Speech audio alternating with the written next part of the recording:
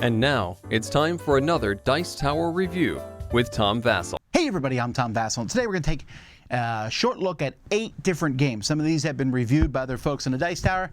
Some of them I'm just not doing a full review on, so this is kind of my quick thoughts on these games. And I'm going to talk about them from my least favorite to my favorite of this group here. So let's get started. First, we're going to start with Pisces, a high-stakes fishing competition. Now, I like the box of Pisces. I like how the board looks. That's pretty cool. I like the idea of Pisces. It's all about, you know, fish hatcheries and how they work, and then you're going to go out and roll dice to see what fish you catch. But it's a terrible game. This is a 3 out of 10 here, folks.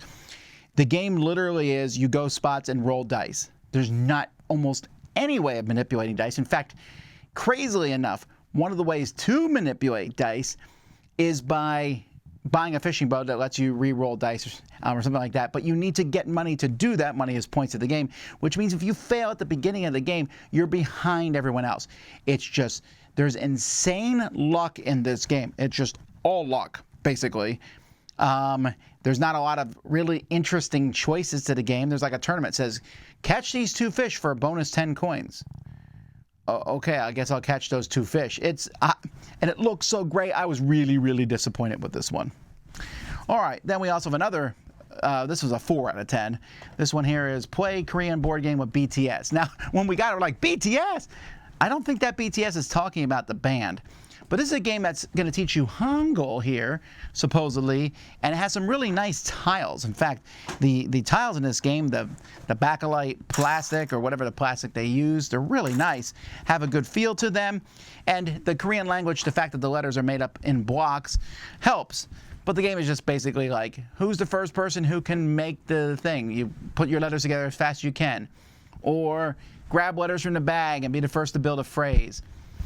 It's not really a game. It's kind of like one of those educational things that's not very fun. There's like 4 different games in here. I don't think any of them are particularly good.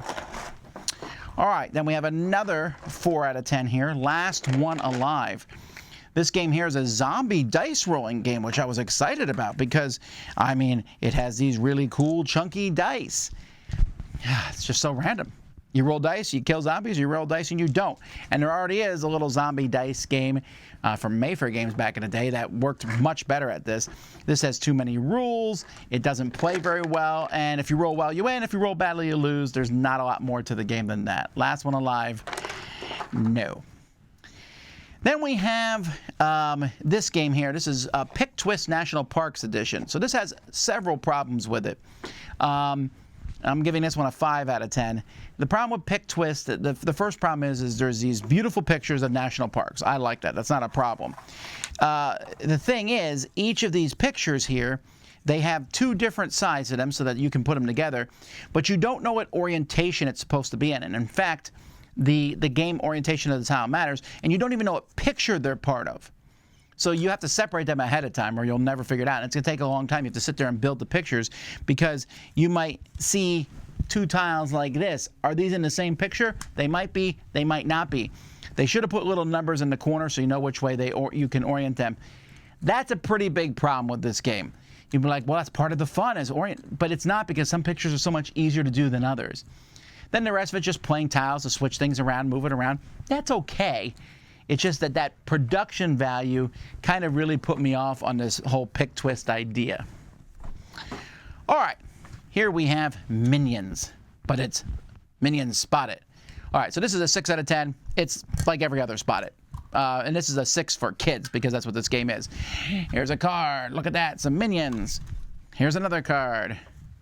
More Minions. You need to find the one picture that's on both those cards. That's it. My kids like this a lot.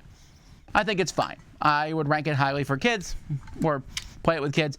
There's a lot of Spot It games out there. I want to say there's probably 30 different versions of them. This is one of them, Minions. Would I get this over regular Spot It?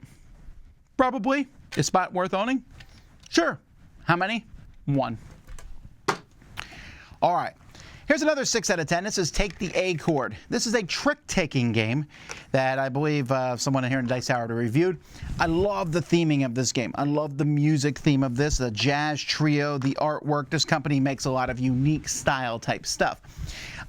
In this one, the value of the cards is A through G, the notes, and the highest one is going to change as the game goes by, and there's different colors and weird ways of scoring, and it's unique and weird and, you know, esoteric, and also just a little more random than I would want. I want to have a decent amount of control over a trick-taking game. This isn't there. I didn't hate playing the game. I thought it was fine. But I also, when it was over, didn't feel like I made any real meaningful choices. There's just a little bit too much of the high note changes, way too much for my taste. It's a cool idea, but just okay for me. Then we have Long Shot, the dice game. This is a 7 out of 10 for me. I like this better than the original Long Shot board game. This is a roll and write racing game. The reason it's not higher than a 7, and I like it a lot, so don't get me wrong, it goes up to 6. I think it's better with fewer players. I think you need to play with nobody who has analysis paralysis because the game works fast when people move there. And there's a little bit of take that, pushing other people's horses back, which is exasperated by when you play with more players. So I think 4 is the magic number. That being said, there's a lot of cool ideas. It has the roll and write stuff in it, but not too much that it doesn't still feel like a cool horse race. You know, you get to roll a dice, and that's fun to do. So there's a lot of unique things. This is a game I can see standing out amongst the crowd, worth checking out. And then my favorite game of these games I'm going over today is Comic Hunters. This here is a comic book collecting game. So Marvel theme is being overused these days, right? But this does it in a different way. Here you are collecting the comics, and I like that a lot. This game is kind of a modern art style game, except drafting. By that I mean there's different ways of getting the comics. Here I'm going to get them one way here. I'm going to get them another way over here. I'm going to get them a different way at a convention. I think the theme comes through really strong. And it's a lot of fun, and then you score up the collections. You're trying to get the same symbols or different symbols, your typical stuff. But the theme works really well. Here's the problem. You can't get this in America right now. This is a game from Brazil, and it's pretty cool. Now, I do know a U.S. publisher is working on bringing this over. Will it come with the same theme? I don't know. That'd be neat, but you know, IPs, intellectual properties, can be a tricky thing. But I think this could work with other things too. It could work with collecting board games, collecting stuff in general.